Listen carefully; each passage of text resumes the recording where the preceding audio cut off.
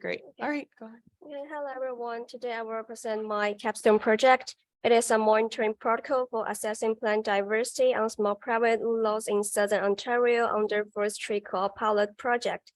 The idea of this project was thought up by the Ontario Woodlot Association, as one objective of their project is to transit their forest step by step to diverse native hardwood forests through thinning operation. Then I will start with a brief introduction to the small private woodlots. From the map, we can see that in southern Ontario, the main ownership is private. The average area of private woodlots is around 6 to 8 hectares each, which means they are small size and also fragmented. These woodlots are dominated by conifer plantations established several decades ago on old intensive harvest area to help rebuild the sites. Compared to public forest with a long-term plan under professional management, private woodlots are usually under the sole stewardship of landowners who have limited knowledge and resources, and their size and locations also cause management difficulties in machinery accessibility, and that is an issue here. Due to the high cost and professional knowledge required, many of these conifer plantations are still unmanaged today and will collapse in the future because they are too dense to support nature regeneration. Another side, as ecological values are increasingly appreciated and some properties have been transferred to woodlands and will be expected to provide eco-services.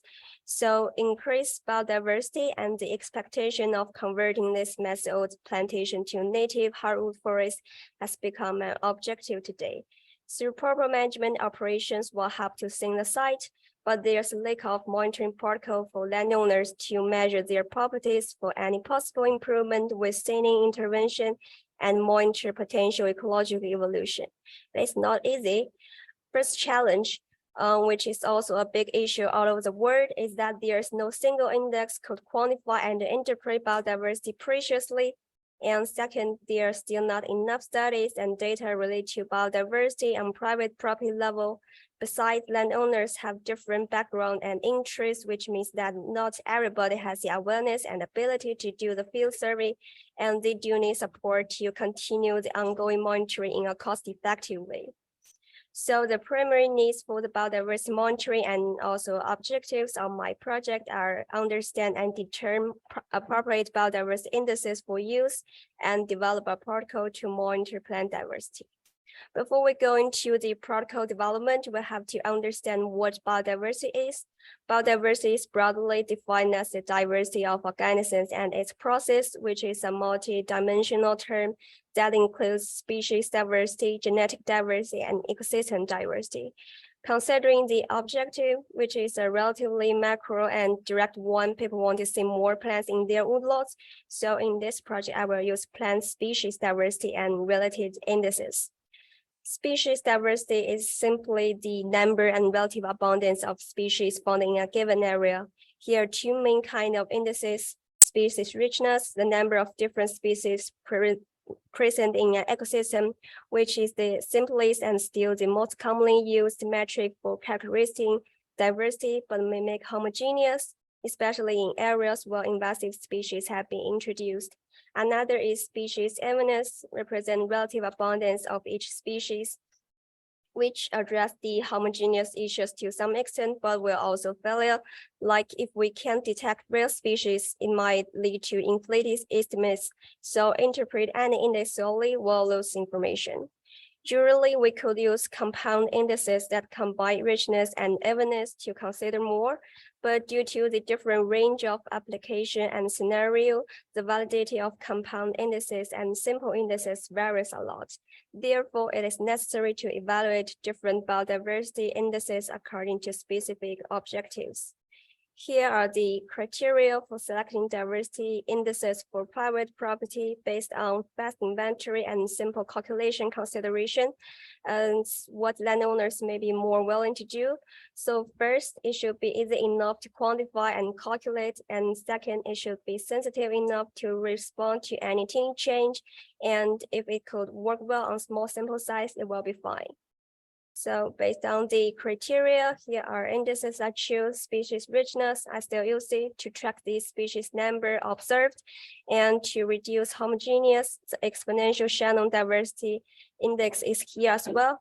It should be noted this index could deal with both individual number and cover percent, since abundance could be transformed into area covered by a species somehow.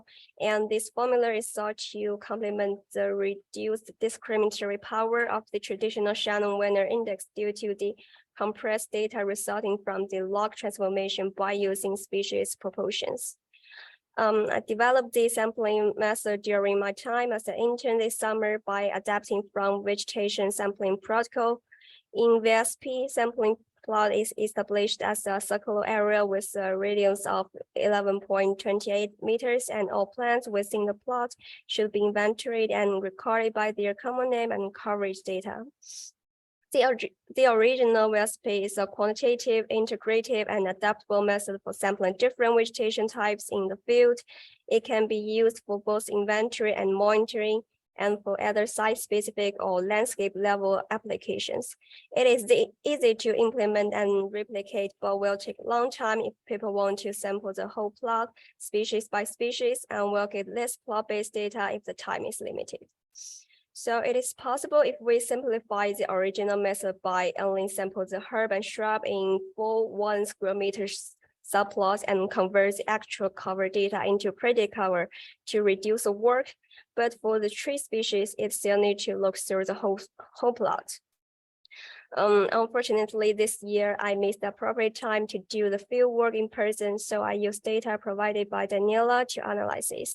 This sample property is located in the town of East Gwillimbury, which is part of Southern Lake Simcoe. The forest type here is mainly deciduous with little pure conifer forest and cultural plantation. The area was clear-cut at the end of the 18th century due to the intensive land use. Then conifer plantation was established in 1922 to restore the land and rebuild the soil. Today, the area is also dedicated to returning the plantations to native forests through appropriate management practice. Here is a full view of this property, including 12 randomly selected plots based on VSP grid. The area to the west with the boundary is a house and its trail. And what I want to mention here, there's conifer dominant forest in the south. The mainly used data here is the species number counted for each plot, and I also calculate the sum of species number from the total 12 plots to represent the property, considering the overlapping in each plot and also the plant cover data. Since the raw herb and shrub cover percentage for the subplot, so I used average value to estimate. Everything was done in Excel. Moreover, since the biodiversity may vary through the property for a couple of reasons, like different land use, I also use Krigstin interpolation method to map the diversity distribution and try to see the potential pattern. This table shows the biodiversity of each sampling plot and the estimated diversity of the entire property. The number of the species in each plot ranged from 8 to 26, and there are 71 different species recorded in this survey. For the species abundance, which is converted from the cover percent, and species are overlapping sometimes, so the value could go beyond 100. And the exponential channel, which is transferred from the traditional Shannon-Weiner, since the original range is from 1.5 to 6.5, the exponential is from 4.48 to 33.11, and we can see the data here is basically fitted in. Here is the interpolation map for species richness. The darker blue means more richness and the lighter blue means less richness. The lowest value occur near the west, which is the house and its trail, and also the east side near the open area. These areas have been recently cleaned in order to maintain accessibility and then result in low richness. And the highest value occurred in the northwest next to the other woodlands. Here's another interpolation map, which is for exponential channel. From this map, the lowest value occurred in the central south part and is coincides with the area of low richness, while it is conifer forest within the property. And that indicates this adopted protocol method does explain to some extent about diversity distribution and variation. For comparison, I use data generated from the VSP plant cover module. It is clear that using the simplified adaptive protocol reduces the value of species richness, but the trend of the Shannon exponential seems to remain similar. And if the exponential data is persist to change it back to the traditional Shannon index, it is found that the differences between the result obtained by the two methods is further reduced. And it did reflect the similar pattern of biodiversity distribution. You can see low to low and high to high, basically. And however, when I did t-test to determine if there's a significant differences between the means of two methods and how they're related, I found that the p-value is only 0.03, which means that the index value generated from the adaptive method might be not reliable, but the sample size is too small, so larger sample size will be needed to test and verify in the future. I also created a pie chart to see what differences of species composition between two methods. Adaptive method, American elm, silver maple, black ash, and red ash are the top three, and VSP, common backzone, American elm, and red ash are the top three. So it seems that the adaptive method performs fairly well in explaining the major species, but might miss the rare ones. To address another issue that people may be concerned about, invasive species, I also made two maps to compare. I used common backzone, for example, for this slide and also the previous one. It can be seen that the adaptive method is somewhat flawed in obtaining the distribution and abundance of particular species, because if this species is missing in subplots, even if there are some in the other portion, it will still need to be, they will not be shown in the final data. Based on the result of species richness and exponential Shannon index, adaptive method has proven to be somewhat reflective to the distribution of biodiversity within properties, and it is kind of sensitive, so it is fair to say that adaptive method could be the threshold and have the ability to monitor trends of biodiversity, but it might be impossible to get the accuracy index value for further use, but only the rough estimate and distribution patterns.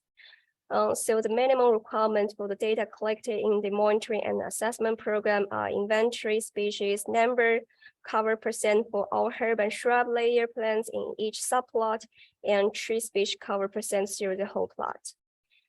Here are some recommendations. In this project, I use 12 sampling plots, but for the other, I highly recommend that number of sampling plots to establish could be based on the property size, like 1 plot per hectare if the property is too small, and also woodlot characters. If it is homogeneous, it may be acceptable to reduce plot numbers when time is limited, and these plots should be selected randomly, but ideally it could be better if they cover the property age, the center, and also in between, if possible, to better generate the pattern. And for the real implementation, I recommend to have a demonstration first to let landowners know what should be done, what has benefits, and who will support and guide them to make sure everyone is on the track. The last thing is the schedule. Every field work should be done during the growing seasons. Otherwise, the plants will be gone due to the weather. And since the main objective is to see whether the biodiversity will improve under the seeding operations, the first inventory to let landowners have an insight with their property should be done before seeding to build up a data set, and the ongoing monitoring should be taken after seeding, not immediately, to give plants some time to reintroduce and grow. There are also some limitations in the study. First, although the adaptive method can detect the presence and the distribution of selected species, but from the comparison figures, it's not effective enough, and this flaw has the relationship with the second limitation, the specific impact of rare species or invasive species was not examined, so the biodiversity trend might be misestimated. For example, invasive species do not contribute to native biodiversity. It causes invaded areas to lose their own distinctive characteristics, but it will still raise the index value. Third, since there is only one property in my project and without any information about the seeding, I think before the real implementation, we should test on more properties, and it will be better if they have different management operations, so that we could see if the management practice will have any unacceptable impact on plant diversity, especially in the short term. And finally, I'd like to acknowledge and thank my academic supervisor, Sally, for her guidance and encouragement throughout my project. I'd like to thank my external supervisor, John, for providing me this opportunity and support. And I'd like to thank the OWA team member, Ben, Glenn, and Paul, as well as my senior Sean for providing me valuable support. And a special thanks to Daniela for providing me the data for analysis and helping me get inspired. And lastly, many thanks to the MFC cohort for making everything memorable.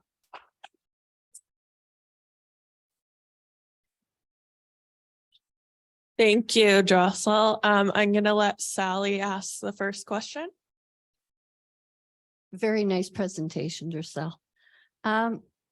So do you think you learned anything from the data that you analyzed that could help you suggest what effects on biodiversity we would expect to see after a thinning?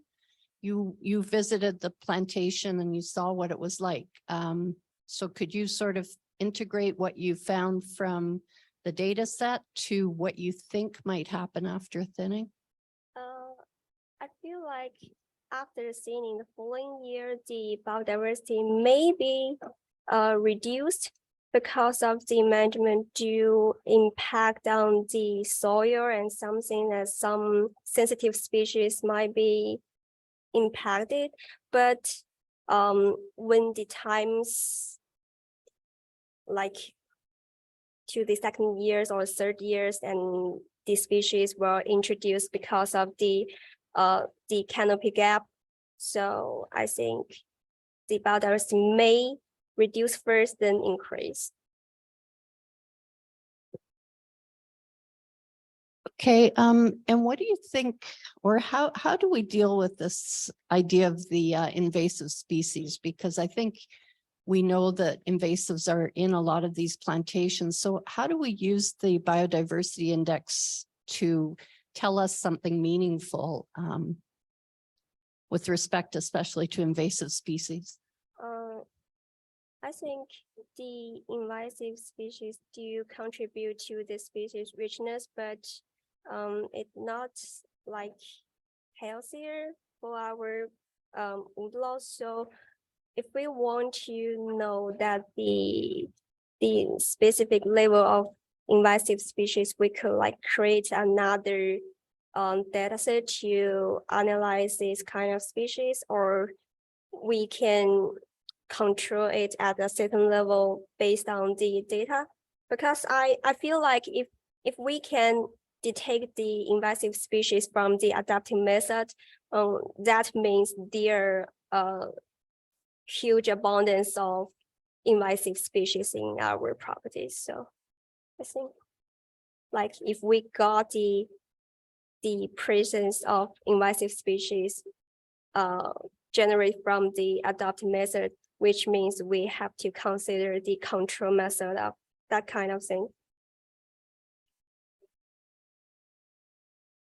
Any other questions from anyone in the audience?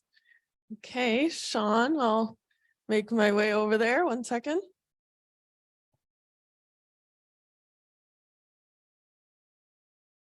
Yeah, that was great to see the geostatistical maps, but how exactly did you generate those? Usually you need to have a very specific sampling methodology so to get the semi-variogram, right? I assume those are based on semi-variogram. So you have a kernel estimate based on really close spacings, and then you need to have kind of a gradient of spacing of your sample points to make those maps.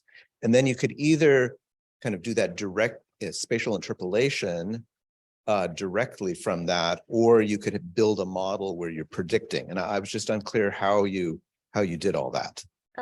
I just like got that ideas based on another project about the carbon offset, and they use the same property and also the same plot. So I think it could be useful for me to create the similar map to say the biodiversity distribution.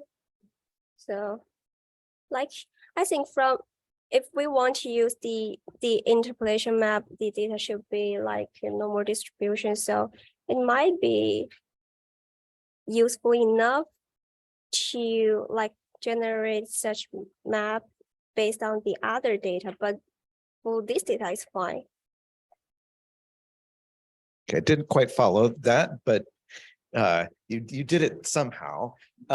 Other aspect of biodiversity is you kind of looked at the plot level diversity, right? And that you might have very different species in different plots. Yeah. And that's quite important. So I wonder if you looked at that kind of turnover or beta diversity, since the overall diversity in the whole forest is really probably most important for management. Yeah. I consider that kind of things, but I feel like for the landowners, what they want to do is just simple ways to have a first insight about their property, because some of them may lack of this kind of awareness. So I think at this stage, we should use a very direct way to show how the biodiversity indexes within their properties. That's what I think. But for the research use, we have to consider more. Okay, Daniela? Yeah, that's interesting. My question is because so I'm a landowner, and before my thinning, I set up a set of plots. Doesn't matter which way. And how often would I go and check my site and what's happening? I think maybe follow the specific interval, before the thinning operation, we should have the first inventory to see the original situation about the property, and after thinning maybe 5 years later, and then another 5 years, because I think the interval of the thinning operation is about 15 years. So you can do maybe just one to two resampling during 2 thinning operations, and to see what happened and whether the biodiversity increase or not, or something. Okay, my other question is, so when we do monitoring, I mean, you can go banana and do monitoring for everything. However, typically, it has to have some management or conservation outcome. And most of the indices, let's say that if you link that with management, it has to have some management relevance. Have you been thinking of any other derivatives? Because these indices are derivatives from field data that we think they may be important or not. It depends. When you look across the larger scale, you would be surprised that they may not be. But what else could be pulled out from data? Any idea besides invasive species, which are very important, what Sally mentioned? Like, do you have any other idea what else could be looked at from the data? Just based on the adaptive method or the In terms of monitoring, because you're doing monitoring, monitoring, okay. you want So to see what's happening over time, right? yeah. And you have a set of field data that Mhm. enables you to pull biodiversity indices or something else. Do you have anything else in mind beside these indices that you presented to us?